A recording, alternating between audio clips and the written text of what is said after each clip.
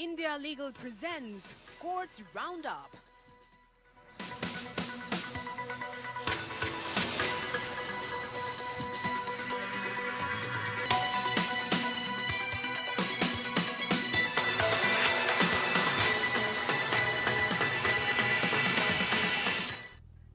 नमस्कार, आप देख रहे हैं कोर्ट्स राउंडअप। मैं हूं आपके साथ नेहा दुबे। इस बुलेटिन में अगले आधे घंटे हम आपको कोर्ट से जुड़ी तमाम छोटी बड़ी खबरों से करवाएंगे रूबरू।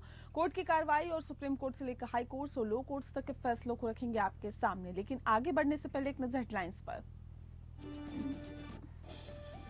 शेयर होल्डर की मौत के बाद शेयर का हक वसीयत में नामित उत्तराधिकारी का होगा। सुप्रीम कोर्ट ने बॉम्बे हाई कोर्ट के फैसले को बरकरार रखते हुए दी व्यवस्था।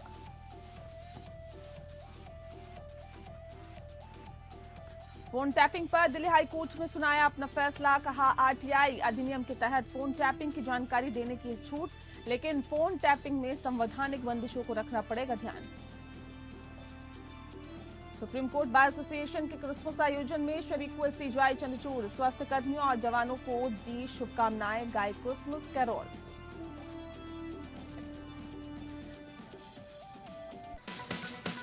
India Legal presents Courts Roundup.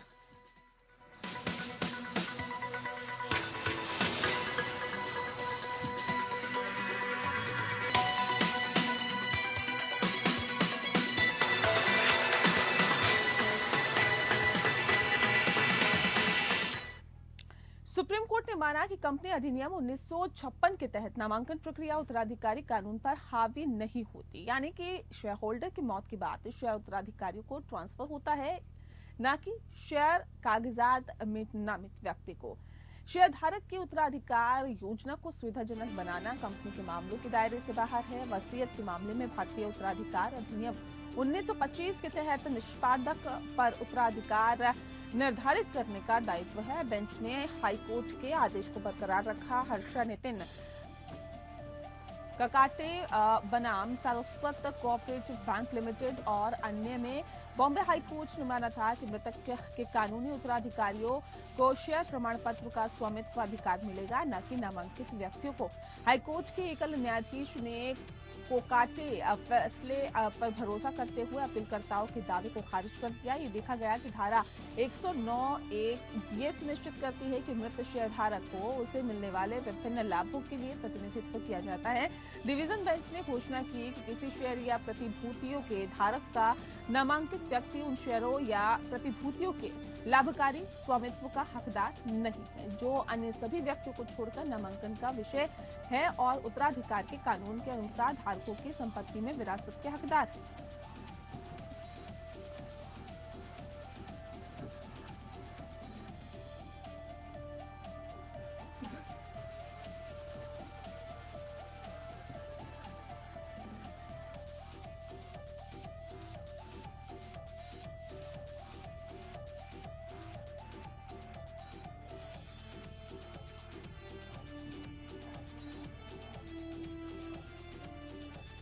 Delhi उच्च न्यायालय ने माना कि किसी फोन के टैपिंग या ट्रैकिंग के संबंध में जानकारी को सूचना का अधिकार अधिनियम 2005 या आरटीआई अधिनियम की धारा 8A के तहत जानकारी देने से छूट दी गई है।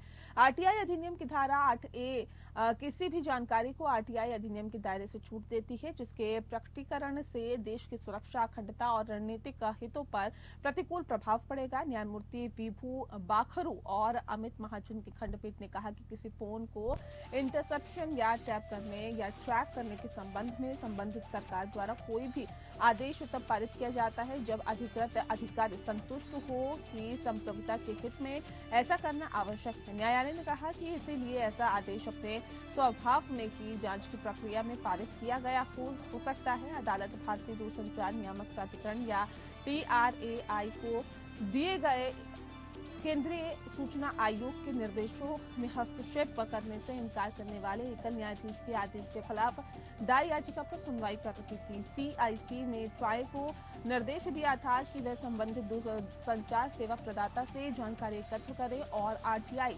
आवेदक कबीर शंकर बोस को सूचित करे कि क्या उसका फोन निगरानी, ट्रैकिंग या टैपिंग के तहत था और यह किसके निर्देशों के तहत किया गया था। मामले पर विचार करने के बाद न्यायालय ने कहा कि ट्राई अधिनियम की धारा 11(3) विशेष रूप से ये प्रावधान करती है कि उपधारा 1 और 2 के तहत अपने कार्यों का निर्वहन करते समय ट्राई संप्रभुता और अखंडता के हित के खिलाफ कार्य नहीं करेगा।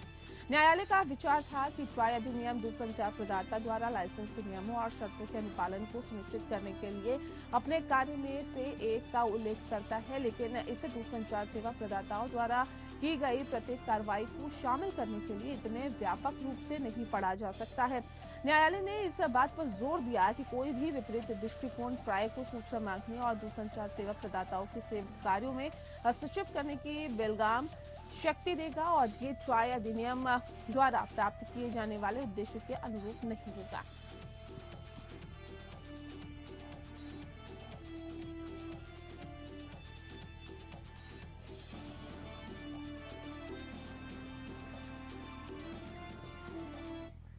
गुजरात उच्च न्यायालय ने कहा कि भारत में गायों की पूजा की जाती है और इसीलिए अगर उन्हें मार दिया जाता है या मार दिया गया और सड़ने के लिए छोड़ दिया गया तो भगवान हमें कभी माफ नहीं करेंगे। अदालत ने आवारा पशु के खतरे से संबंधित मामले की सुनवाई के दौरान ये टिप्पणी की। इस मामले की शुरुआत में जब इस मामले पर विचार किया गया तो न्यायमूर्ति आशुतोष शास्त्री और न्यायमूर्ति हेमंत प्रचक की खंडपीठ ने इस तथ्य पर कड़ी आपत्ति जताई थी कि खेड़ा जिले के नादिया क्षेत्र में खुले भूखंडों में मवेशियों के शव सड़े हुए पाए गए थे। पीठ ने उस पर समय मौखिक रूप से टिप्पणी की थी कि इस तरह के कृत्यों के लिए भगवान भी माफ नहीं करेंगे और जानवरों की बलि केवल सार्वजनिक सुविधा के लिए या आवारा पशुओं के खतरे को रोकने के लिए नीतियों का हवाला देकर नहीं दी जानी चाहिए।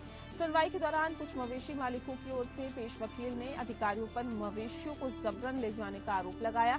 न्यायालय उन याचिकाओं पर भी सुनवाई कर रहा है जिसमें राज्य सरकार और उसके अधिकारियों के खिलाफ अदालत की अवमानना की कार्रवाई की मांग की गई थी और पिछले महीने अदालत ने अहमदाबाद के पुलिस आयुक्त को ये सुनिश्चित करने का आदेश दिया था कि आवारा पशुओं के खतरे से निपटने के लिए अदालत के आदेशों को लागू करने वाले नगरपालिका अधिकारियों को पर्याप्त पुलिस सुरक्षा प्रदान की जाए। इससे पहले कि सुनवाई के दौरान अदालत ने इस मुद्दे से निपटाने के लिए एक व्यापक नीति बनाने से अपने कदम पीछे खींचने के लिए राज्य सरकार को फटकार लगाई। पीठ ने टिप्पणी की थी कि मवेशी को सुरक्षित रखने वाले बाड़े या पाउंड के बारे में उठाई गई चिंताओं को सुनने के बाद अदालत ने मवेशी मालिकों के वकील को व्यक्तिगत रूप से पाउंड का दौरा करने और इसका निरीक्षण करने की स्वतंत्रता दी।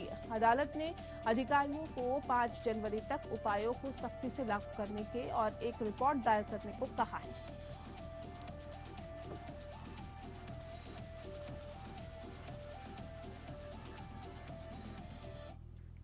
पटना उच्च न्यायालय ने 12 वर्षीय लड़की की हत्या और बलात्कार के लिए एक व्यक्ति को दी गई मौत की सजा को रद्द कर दिया है क्योंकि अभियोजन पक्ष का पूरा मामला केवल इस तथ्य पर आधारित था कि एक खोजी कुत्ता आरोपी व्यक्ति के घर में घुस गया था।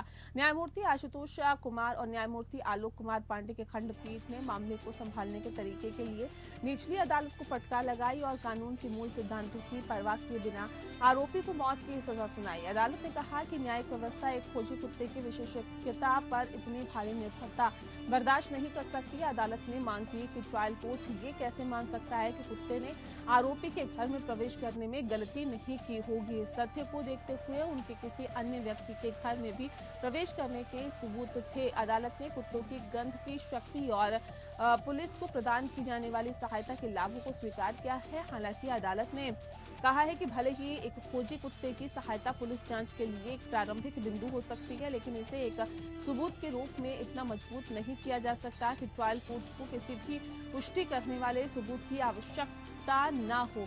2019 के इस मामले में नाबालिग लड़की के साथ एक मंदिर के पास सामूहिक बलात्कार किया गया था और उसकी हत्या कर दी गई थी जब वह अपनी दादी के साथ नागपंचमी त्योहार के अवसर पर आयोजित एक मेला देखने गई थी। एक दिन बाद जब पीड़ित का शव मिला तो पुलिस ने एक खोजी कुत्ते को लेकर पुलिस आई और जिसके बारे में कहा जाता है कि उसने पहले शव को सूंघा और फिर एक ग्रामीण के घर में चला गया। वहां कुछ भी आपत्तिजनक नहीं मिलने के बाद कुत्ता आरोपी के घर में घुस गया। आरोपी को उसके कमरे के अंदर कथित तौर पर बंद पाए जाने के बाद गिरफ्तार कर लिया गया। अदालत को बताया गया कि दरवाजा खोलने के लिए मजबूर किया गया, जिसके बाद पुलिस ने उसे पकड़ लिया। जांच के बाद आरोपी के खिलाफ हत्या और सामूहिक बलात्कार के अपराधों से संबंधित प्रावधानों के तहत आरोप पत्र दायर किए गए थे। अक्टूबर 2021 में ट्रायल कोर्ट ने उन्हें दोषी ठहराया और मौत तक गले से लटकाने की सजा सुनाई है। उन्होंने इस फैसले को चुनौती देते हुए उच्च न्यायालय के समक्ष अपील दायर की। आरोपी के खिलाफ अन्य सबूतों की जांच करने के बाद अदालत ने कहा कि जिस स्थान पर शव बरामद किया गया था वहां पर 4 जोड़ी चप्पल, एक पर्स और एक चेन मिली थी। इसमें कहा गया कि जांच एजेंसी इस निष्कर्ष पर पहुंची है कि एक चप्पल आरोपी की थी। उसके घर से एक जोड़ी गंदी जीन्स भी बरामद की गई थी, जिसे अदालत ने कहा था कि आश्चर्यजनक रूप से किसी फॉरेंसिक जांच के लिए नहीं भेजा गया था। उच्च न्यायालय ने दोषी सिद्ध को रद्द कर दिया और मौत की सजा की पुष्टि करने से इनकार कर दिया।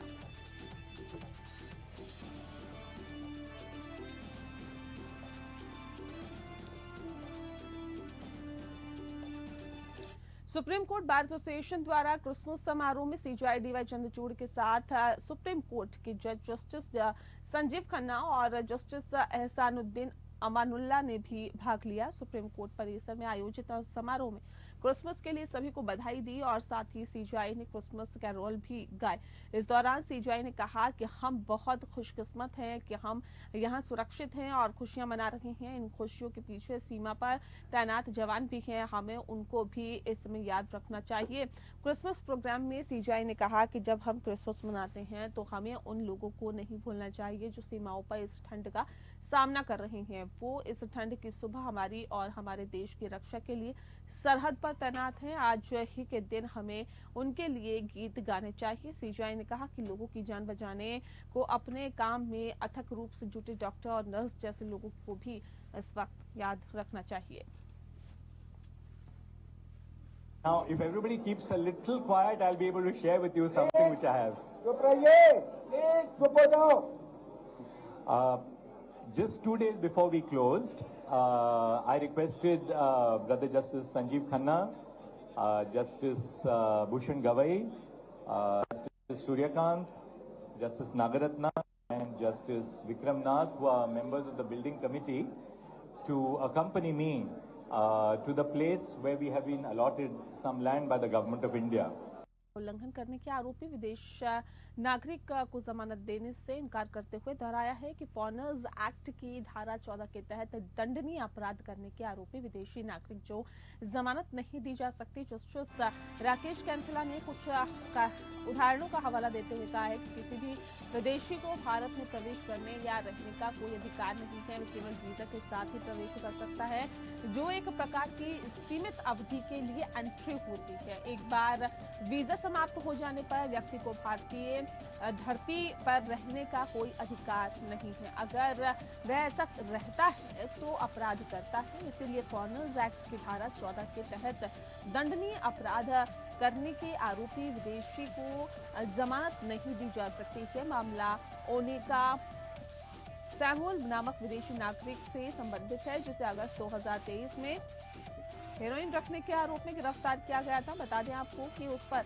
एनडीपीएस एक्ट और फॉरेनर्स एक्ट दोनों के तहत आरोप लगाए गए और सैमुअल के वकील ने तर्क दिया कि वह निर्दोष है, उसे झूठा फंसाया गया और फॉरेनर्स एक्ट के तहत आरोप पूरी तरह से वैध यात्रा दस्तावेजों की कमी के कारण लगे हैं। एडिशनल एडवोकेट जनरल की ओर से अभियोजन पक्ष ने विस्तृत स्टेटस रिपोर्ट पेश की और पेश करते हुए जमानत का विरोध किया है। रिपोर्ट में बताया गया है कि सैमुअल को 2 अन्य व्यक्तियों से जुड़े नशीले पदार्थों के मामलों की जांच के बाद फंसाया गया है और पुलिस ने हेरोइन बरामद करने और मोबाइल फोन चैट के आधार पर सैमुअल को ड्रग कारोबार से जोड़ने का दावा किया है।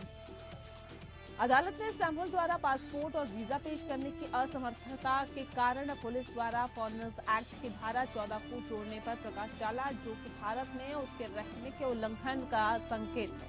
अदालत ने निष्कर्ष निकाला कि अपराधों की गंभीरता और आव्रजन कानूनों के उल्लंघन को देखते हुए सैमुअल जमानत का हकदार नहीं है।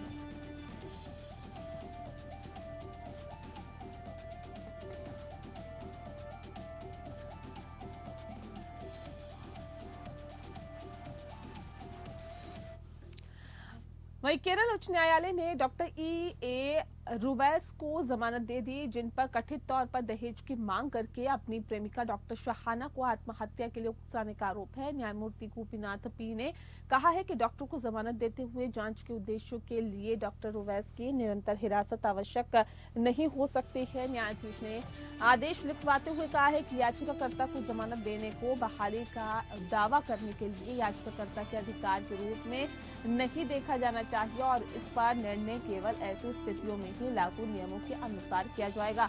तिरुवनंतपुरम के सरकारी मेडिकल कॉलेज में पोस्ट ग्रेजुएट सर्जरी की छात्रा डॉक्टर शहाना ने हाल ही में अपनी जान ले ली, क्योंकि उनके परिवार ने रुवैस द्वारा किए गए कथित रूप से अत्यधिक दहेज अनुरोधों को पूरा करने में असमर्थता व्यक्त की थी। रुवैस के परिवार पर आरोप है कि उन्होंने शहाना के परिवार से 150 ग्राम सोना, 15 एकड़ जमीन और एक BMW कार का अनुरोध किया था। ये सभी मांगे डॉक्टर शहाना का परिवार पूरा करने में असमर्थ था। इस घटना के खुलासे के बाद इंडियन मेडिकल एसोसिएशन ने रुवैस का मेडिकल लाइसेंस निलंबित कर दिया और उन्हें पुलिस ने गिरफ्तार कर लिया। 7 दिसंबर को उन्हें 14 दिन की न्यायिक हिरासत में भेज दिया गया था। उस पर भारतीय दंड संहिता की धारा 306 आत्महत्या के लिए उकसाना और दहेज निषेध अधिनियम की धारा 4 के तहत दंडनीय अपराधों का आरोप लगाया गया था। डॉक्टर रवियस ने बाद में जमानत के लिए उच्च न्यायालय का दरवाजा खटखटाया। रुवैस की जमानत याचिका में यह तर्क दिया गया था कि धारा 306 आईपीसी के तहत आरोप का समर्थन करने के लिए कोई सबूत नहीं है, क्योंकि आत्महत्या के लिए तत्काल कोई उकसावा या उकसाया नहीं गया था। उन्होंने जमानत याचिका में अपने साफ रिकॉर्ड और मध्यम वर्ग की पृष्ठभूमि पर भी प्रकाश डाला। जमानत याचिका में एक अन्य तर्क ये था कि मामला राजनीति से प्रेरित था और उनकी छवि को धूमिल करने के इरादे से था। सुनवाई के बाद कोर्ट ने डॉक्टर रुवैस को बेल दे दी।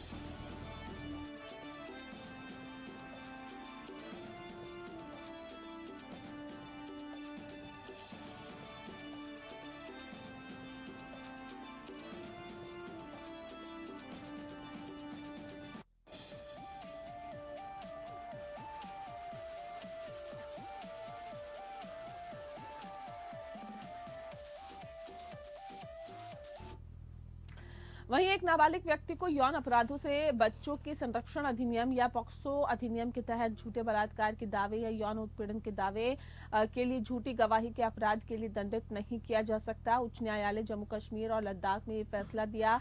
न्यायमूर्ति रजनेश ओसवाल ने कहा कि पॉक्सो अधिनियम की धारा 22 उपधारा 2 बलात्कार के यौन उत्पीड़न मामले के बारे में गलत जानकारी देने के लिए किसी बच्चे की सजा पर रोक लगाती है। इस प्रावधान में कहा गया कि अगर किसी बच्चे द्वारा झूठी शिकायत की जाती है या गलत जानकारी दी जाती है तो ऐसे बच्चे को कोई सजा नहीं दी जाएगी। अदालत एक ऐसे मामले से निपट रही थी जहां पर एक 17 वर्षीय लड़की ने आरोप लगाया था कि 2020 में जब वह अपने गांव लौट रही थी तो आरोपी ने उसे जंगल में खींच लिया और उसका यौन उत्पीड़न किया। आरोपी व्यक्ति के खिलाफ भारतीय दंड संहिता की धारा 376 बलात्कार और 341 गलत तरीके से रोकना के साथ साथ पॉक्सो अधिनियम की धारा 4 प्रवेशक यौन उत्पीड़न के तहत मामला दर्ज किया गया था। मुकदमे के दौरान आरोपी के खिलाफ मामला विफल हो गया, क्योंकि अभियोजन और उसके माता पिता ने अभियोजन पक्ष के मामले का समर्थन नहीं किया और उन्हें शत्रुतापूर्व गवाह घोषित कर दिया था। इसे जम्मू कश्मीर सरकार ने उच्च न्यायालय के लिए चुनौती दी थी। हालांकि उच्च न्यायालय ने पॉक्सो अधिनियम की धारा 22(2) के मद्देनजर सरकार की अपील को खारिज कर दिया। अदालत ने आगे कहा कि शिकायतकर्ता ने मुकदमे में ज़रह के दौरान कहा कि उसे इस मामले में बलात्कार का कोई अपराध होने की जानकारी नहीं थी।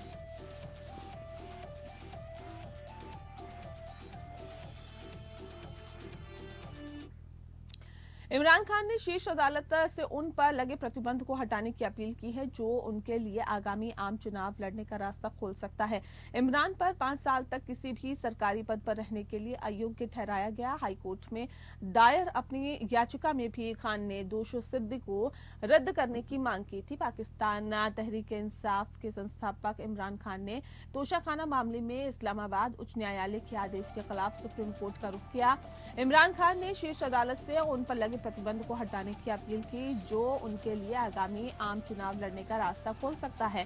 बता दें आपको कि इमरान पर 5 साल तक किसी भी सरकारी पद पर रहने के लिए अयोग्य ठहराया गया है और हाल ही में इस्लामाबाद हाई कोर्ट ने तोशाखाना मामले में ट्रायल के फैसले को निलंबित करने की मांग वाली याचिका खारिज कर दी थी और ऐसे में नई याचिका में खान ने आईएचसी के फैसले पर रोक लगाने की अपील करते हुए कहा कि तोशाखाना मामले में उनकी सजा पहले ही निलंबित कर दी गई थी। उन्होंने कहा कि ट्रायल कोर्ट द्वारा दोष सिद्धि के पूरे आदेश के बजाय केवल उनकी सजा को निलंबित करने के कारण उन्हें चुनाव लड़ने के उनके मौलिक अधिकार से वंचित किया जा रहा है। अपील में कहा गया कि इस्लामाबाद उच्च न्यायालय के आदेश में त्रुटि का लाभ उठाते हुए पाकिस्तान चुनाव आयोग ने एक अधिसूचना जारी की और इमरान को अयोग्य घोषित कर दिया। कोर्ट के आदेश में याचिका की सजा निलंबित कर दी गई थी, लेकिन आदेश नहीं था। क्रिकेटर से नेता बने क्रिकेटर को 2018 से 22 तक के प्रधानमंत्री कार्यकाल के दौरान सरकार के उपहार बेचने का दोषी पाए जाने के बाद 5 अगस्त को 3 साल के लिए जेल भेज दिया गया था, जिन आरोपों से वह इनकार करते हैं।